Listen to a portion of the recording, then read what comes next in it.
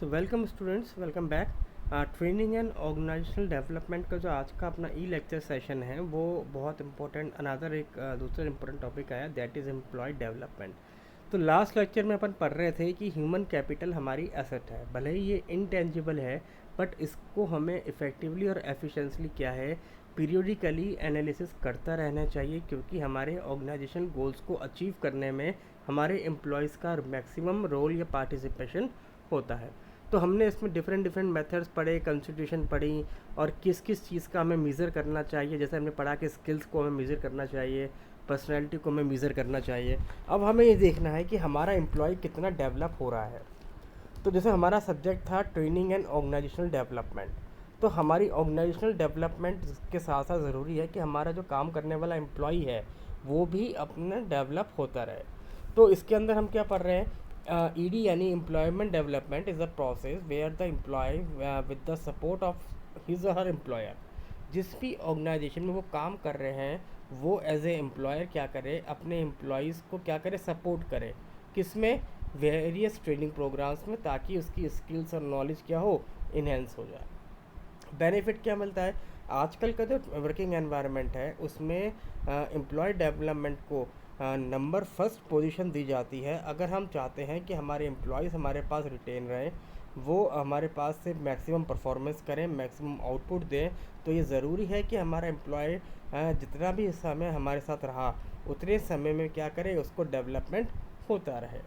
तो इसके अंदर हम डिफरेंट डिफरेंट मेथड्स को यूज़ करते हैं। तो कई बार क्या ऑर्गेनाइजेशन भी कई सारे मेथड्स को यूज़ करती है, चाहे वो ट्रेनिंग प्रोग्राम्स हों, चाहे वो लीडरशिप डेवलपमेंट प्रोग्राम्स हों, चाहे वो अपनी जो उन्होंने अपने एम्प्लॉयज़ के अंदर इन्वेस्टमेंट किया है उसको एनालिसिस करें, और उस एनालिसिस को हमेशा उनकी प्रोडक्टिविटी और उनकी परफॉर्मेंस के साथ क्या करें, मेज़र करते रहें। तो हम देखते हैं कौन कौन से एग्जांपल्स हम मान सकते हैं कि एम्प्लॉय डेवलपमेंट के साथ एक्टिविटीज़ कौन कौन सी एक्टिविटीज़ जो है वो रिलेट करती है। पहला आता है आपका प्रोफेशनल ग्रोथ। एम्प्लॉयज़ डेवलपमेंट जो होता है उसके अंदर ज़रूरी है कि आपका जो एम्प्लॉयज़मेंट है वो अपनी करंट स्टेज और डिज़ायर स्टेज के अंदर क्या है, सोचता रहे। डिज़ायर स्टेज का मतलब है कि जब उसने आपकी ऑर्गेनाइजेशन को शुरू ज्वाइन किया था या जब उसने अपना कैरियर शुरू किया था, तो उसका एक गोल होगा कि मुझे अपने कैरियर में ये करना है।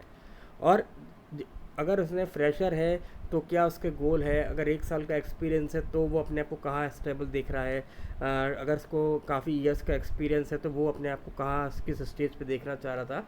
तो इस चीज़ को क्या है, वो हर एम्प्लॉय क्या है, सोचता रहता है कि क्या मेरी प्रोफेशनल ग्रोथ हो रही है। तो knowing an employee current and desired stage help us to find the gap in which all generals और treats to be train on.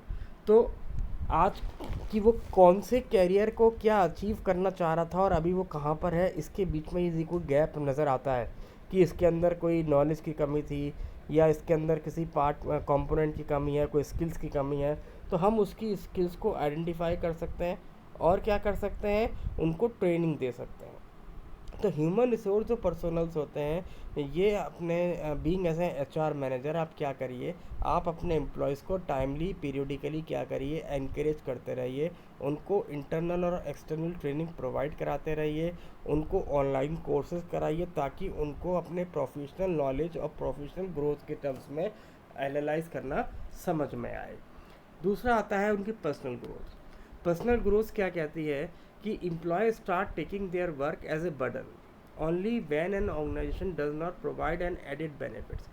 जब कोई एम्प्लॉय आपकी ऑर्गेनाइजेशन में काम करता है उसको ये लगता है कि उसको कोई एडिशनल बेनिफिट्स नहीं मिल रहा, सिर्फ उससे काम कराया जा रहा है, तो उस काम को वो एज ए बर्डन महसूस करने लगता है।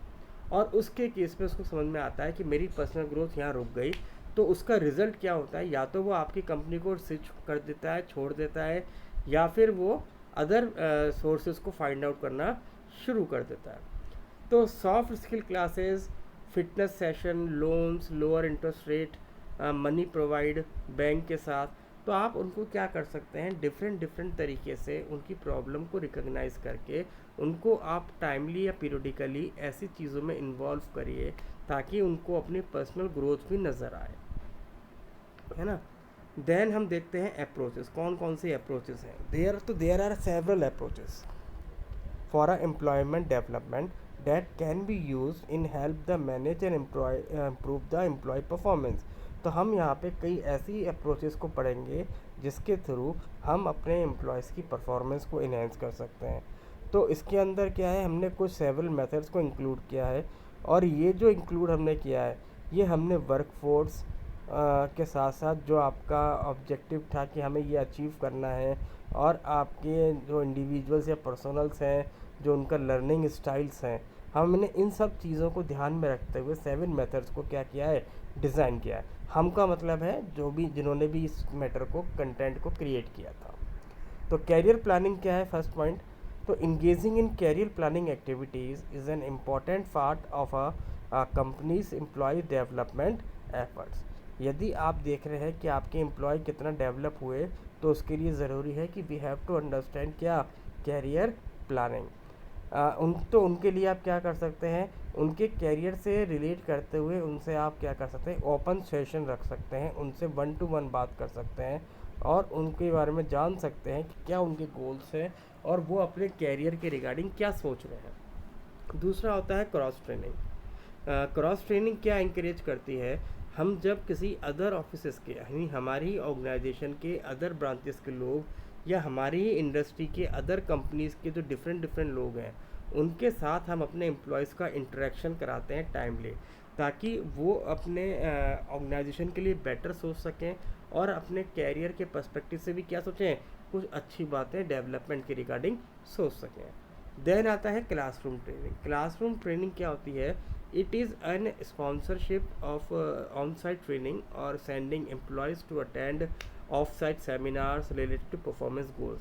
तो इसके अंदर हम उनको सेमिनार कॉन्फ्रेंसेस में अटेंड करने के लिए भेजते हैं, ताकि उनका एक व्यू बदले, उनको नॉलेज इन्हेंस हो, उनको मालूम चले कि इनके कैरियर में रिलेट और क्या किया। जैसे हमने आईटी सेक्टर का एग्जांपल लिया था, तो आईटी सेक्टर में जो जो नए मार्केट ट्रेंड्स चल रहे हैं, उनके सेमिनार्स, उनके कॉन्फ्रेंसेस, और मार्केट में आईटी से रिलेट क्या नया आ रहा है, क्या फ्यूचर में प्रोस्पेक्ट लग रहे हैं, ताकि उनकी नॉलेज भी बढ़े और उनकी स्किल्स भी डेवलप होते चले।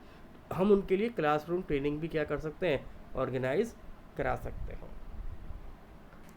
देन आता है आपका परफॉर्मेंस मैनेजमेंट। इसमें हम क्या कर रहे हैं, हम जो हमारे मैनेजर्स हैं वो अपने एम्प्लॉयज़ का रेगुलर फीडबैक लेते हैं, और उनके फीडबैक के बेसिस पे उनकी जो अंदर की लैकनेस है उनको रेक्टिफाई करने की कोशिश करते हैं।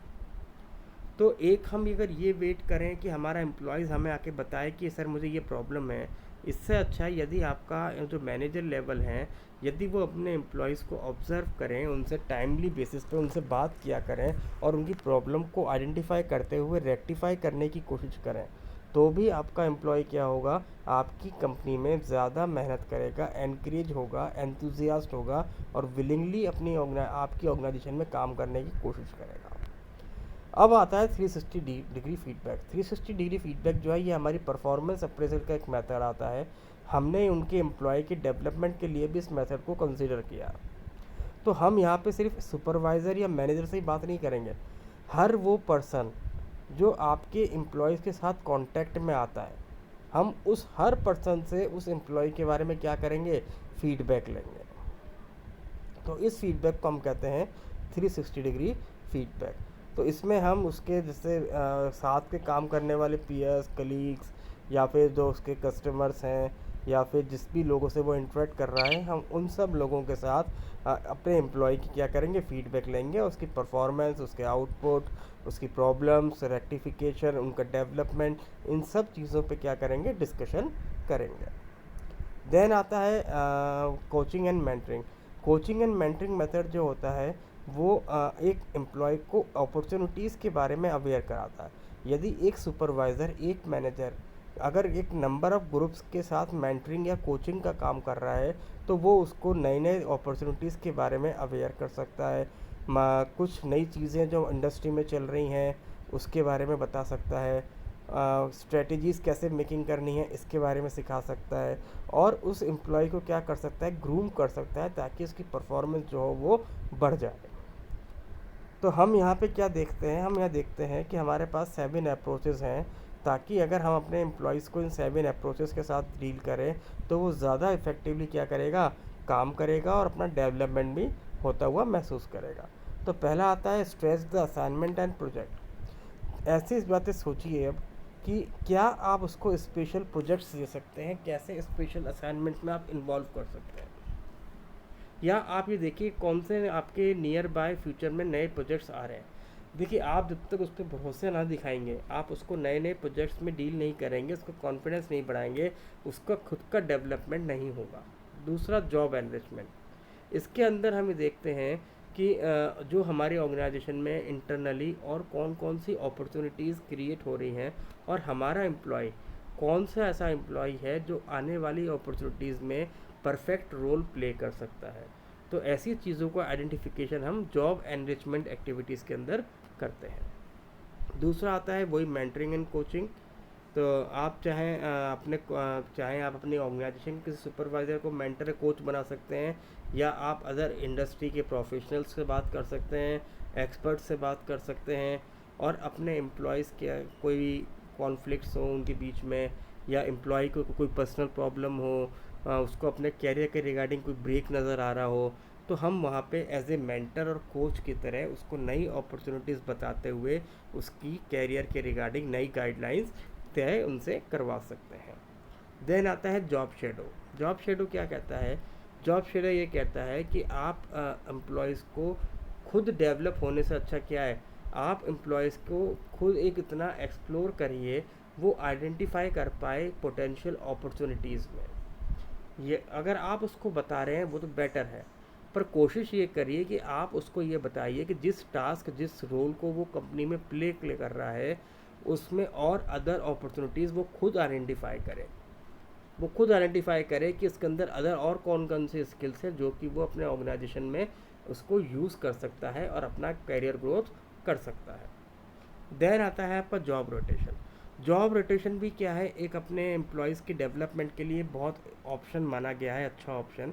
इसमें हम क्या देखते हैं, हमारे वो एम्प्लॉयज़ जो किसी अदर जॉब पे या लोकेशन पे जाके सेट हो सकते हैं और वहाँ पे रोल प्ले कर सकते हैं, तो हम उनको कंपनी क्या करती है, जॉब रोटेट भी करती है।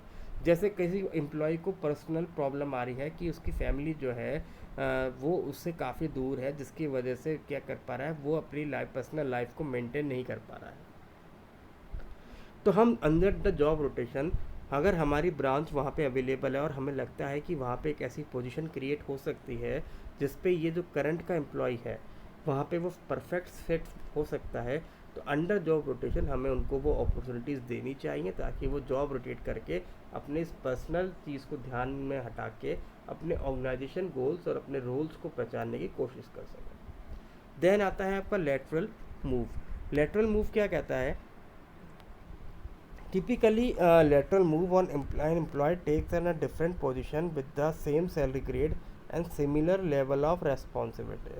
तो हम जब अपने एम्प्लॉयज़ को लंबे समय तक रिटेन करना चाहते हैं, उनको रियल बेनिफिट देना चाहते हैं, तो कई बार हम उनको क्या करते हैं, ऐसे जॉब्स और ऑफ़र करते हैं जहाँ पे उनका पोजीशन तो रहता है वही जो भी काम कर रहे थे, बट सैलरी ग्रेड उनका अपग्रेड कर देते हैं अंडर द परफॉर्मेंस और अंडर द रेस्पॉन्सिबिलिटीज़ जो कि उनको फुलफ़िल करने हैं।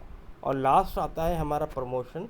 प्रमोशन हमसे क्या कहता है कि जब भी आपको लगे कि हमें एम्प्लॉयज़ के रिगार्डिंग हम प्लानिंग बना रहे हैं, तो हमें अपने एम्प्लॉयज़ को प्रमोशन जैसी टेक्निक को यूज़ करना चाहिए।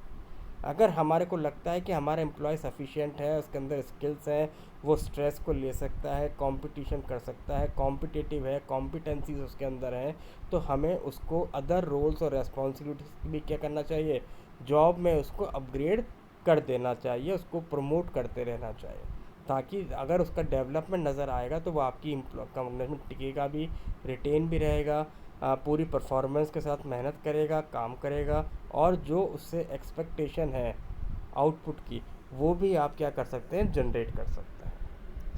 सो आई होप कि आपको एम्प्लॉय डेवलपमेंट समझ में आया होगा। Thank you.